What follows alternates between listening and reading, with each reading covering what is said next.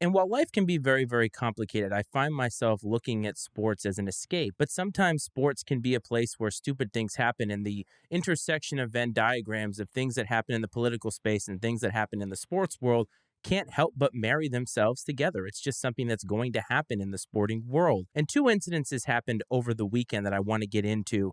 And one of them I want to get into first because I think that both of them differ in some way, but one of them is related to something that Coach and I talked about last week. Now, everybody who is watching on YouTube or listening in the podcasting space, you know we talked about the Oakland A's relocating to Vegas last week. I did get a little bit of crap on the internet talking about how the A's have 30-something days to negotiate with the legislature in Las Vegas.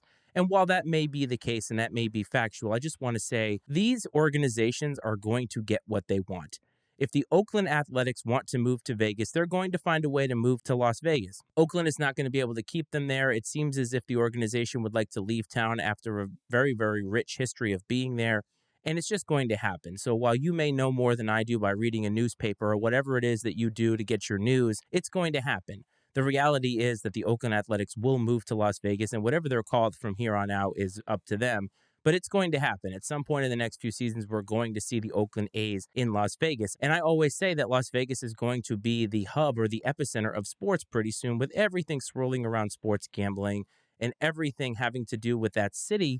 It seems as if it's growing at an alarming rate, and whether the infrastructure can handle it is a different thing. But the Oakland A's have been in the news recently, not just for their move to Vegas, but I think they've been in the news for two things. One, being historically bad. Iceman Stat of the Week, I believe it was last week, talked about the fact that the A's were the first organization in MLB history to have 23 or more losses in the month of April. Think about how many years have gone by, decades, centuries have gone by in Major League Baseball, and we've not seen a team quite this bad. So while the city is complaining about this team leaving, the product on the field is certainly not worthy of really Major League play. In my mind, the play on the field is worse than a AAA team, and really they're being outdrawn by almost half of the AAA teams in the league at this point.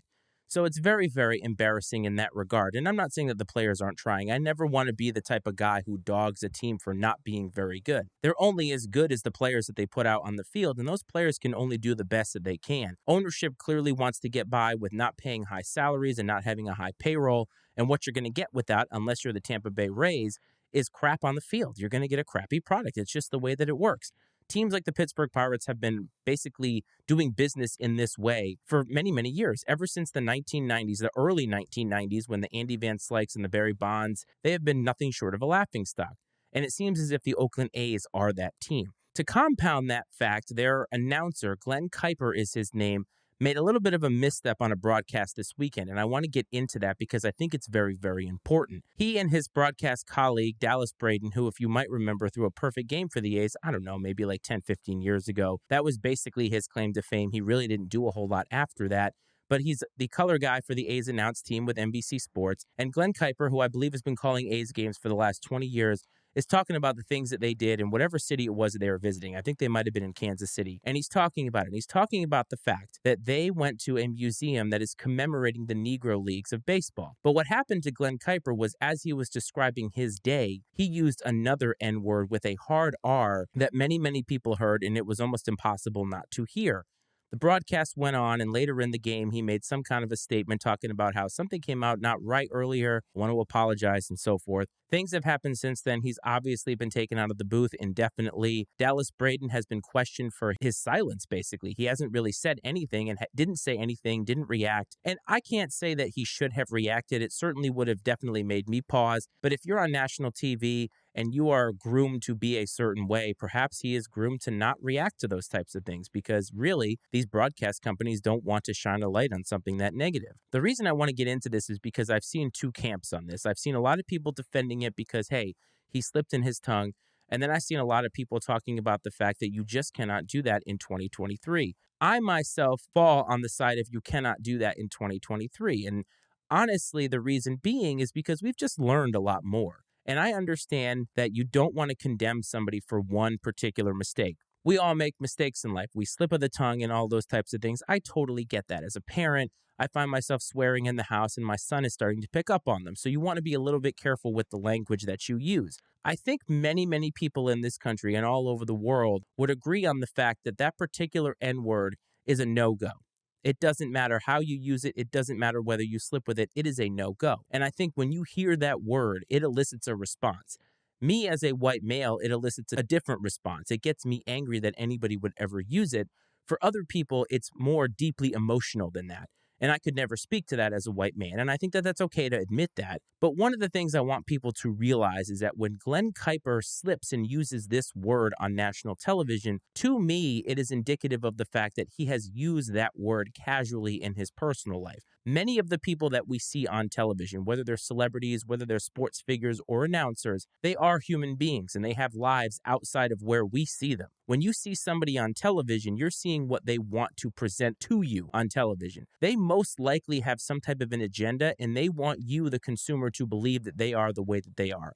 Tiger Woods is a perfect example of that. Now, he's been in the news for other reasons lately. I'm talking about his initial scandal with all of the waitresses at wherever the restaurant was that he was. If I remember correctly, it wasn't even a good restaurant, but if I remember, he basically had to have an administrative assistant to be able to keep track of all these women. And when you saw that story, it surprised you because the image that you knew of Tiger Woods on TV was that of a squeaky clean guy. You thought that that was who he was. And really, the life that he was living was not that. I'm not condemning Glen Kuiper of being necessarily a racist because I don't know anything about his personal life. But I do believe that when you use a word that casually, when it slips, and it has never slipped in my lifetime, and I would cop to it if I had, I would apologize to the right people, but never in my wildest dreams would I start saying that word and have it just be casually slipping out, especially not on a broadcast, especially not when I'm doing something that is seen by thousands of people. And honestly, when it slips out, it makes me question how often that word has been used in his life. And also, why has it been used in his life? And while maybe you are listening to this and thinking, why would you condemn him for making a slip up? You have to start asking yourself more deeper questions. Where else is he using this word? How else is he using this word? To whom has he used this word before? During the 2016 election, Donald Trump got a lot of flack for things that he said off a hot mic, not live, to somebody in a studio. I can't remember what the guy's name was, but basically that was made or came to light during the election.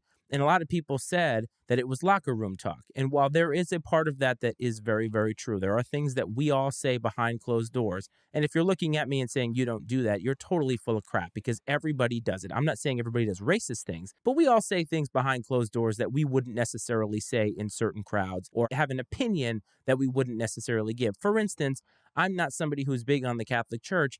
I'm not going to go step into a Catholic church and tell everybody that they're full of crap. I'm just not going to do that. Will I do that behind closed doors with other people who are like-minded like myself? Maybe, but I'm not going to do it publicly and embarrass those people and make them feel like what they're doing is not worthy. There are many people in this country that use the N-word and other types of slurs behind closed doors. That's just a fact. And I wondered to myself if Glen Kuiper is one of those people. I hope that he has learned from this experience, and I hope that the A's have learned from this experience. Remember, a couple years ago, Tom Brenneman made some comments very, very similar.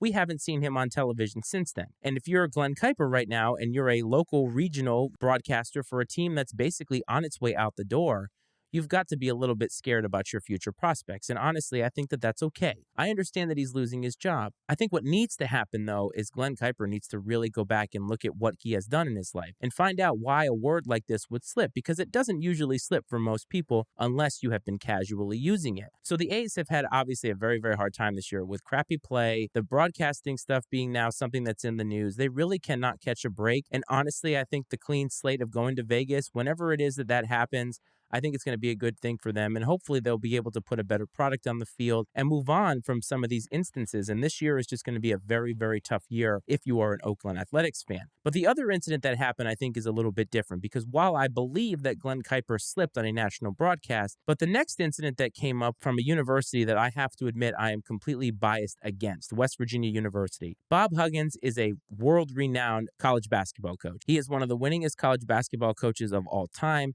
He has taken Cincinnati University to big heights, and he's been at West Virginia University for a while, and he's obviously done a lot of winning there. He's not won a national title, but he's done a lot of winning to the tune of being in the same camp as Coach K, Bob Knight, people like that. He was on what I have to believe is a local radio program, and they clearly had a very, very casual relationship because if you listen to the almost 2-minute clip, which we're not going to play here, you'll definitely hear that there's a familiarity. There's definitely a camaraderie between these guys. Guys, if you're listening and you have friends that you talk very, very differently with, and that's just the way that guys are.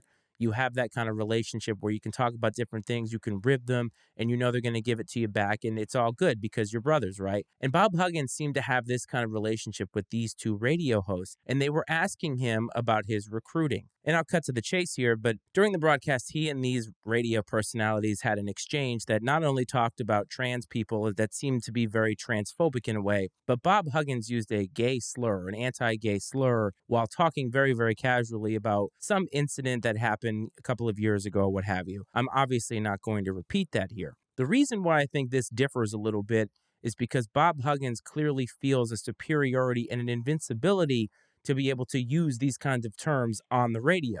It's also very obvious to me that he feels as if by using them this casually that there are no repercussions for it, that he has been around long enough. The institution of Bob Huggins is something that can stand the test of time, and he is going to weather this storm. But here's the thing, folks.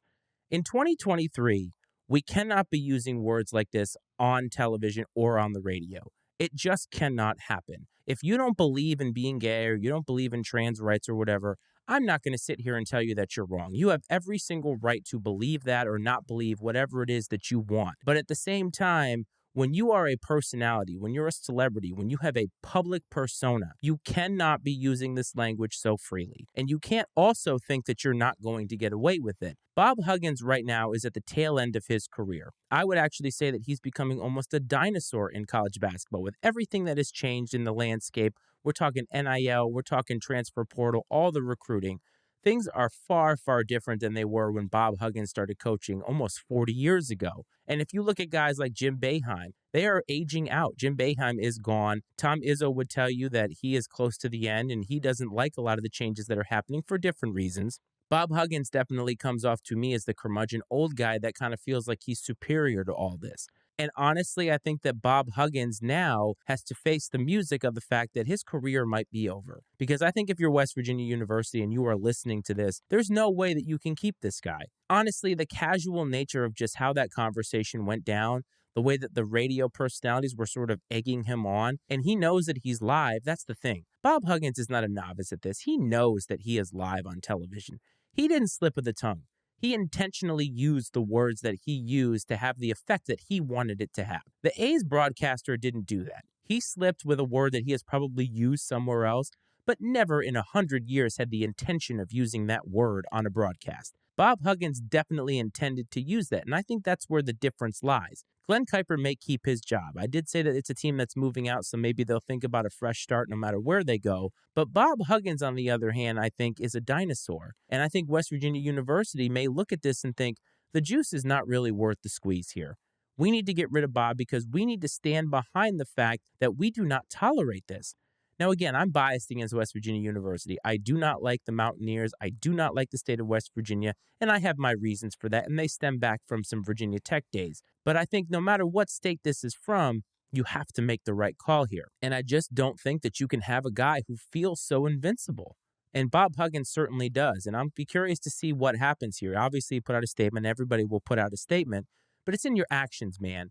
It's not just in your words that come from a publicist and something that happens with PR people. I want to see who the real Bob Huggins is. And I got to tell you, as funny as it is that he doesn't have any time for the halftime interviews and stuff like that, you can get a sense that Bob Huggins is the kind of guy that doesn't feel a lot of this quote-unquote woke stuff. He's definitely not down with being progressive, and I think that that's a problem. And West Virginia University just cannot deal with that. They cannot tolerate it, and Bob Huggins, I think, needs to be shown the door. Because while he does win and he does recruit very, very well, he has not won a national championship. I don't think he will win a national championship. And so it's time to move on. And I think that these two stories are indicative of where we are because, again, in 2023, you cannot say either of those words on television, along with a lot of other words that you can't say that are just out of bounds, quite frankly. But I think the nature of how this happened, one guy making a slip, while not a good slip and something that needs to be reprimanded, the other one making a casual reference that was definitely intentional. And I think to me, that is a much, much worse situation.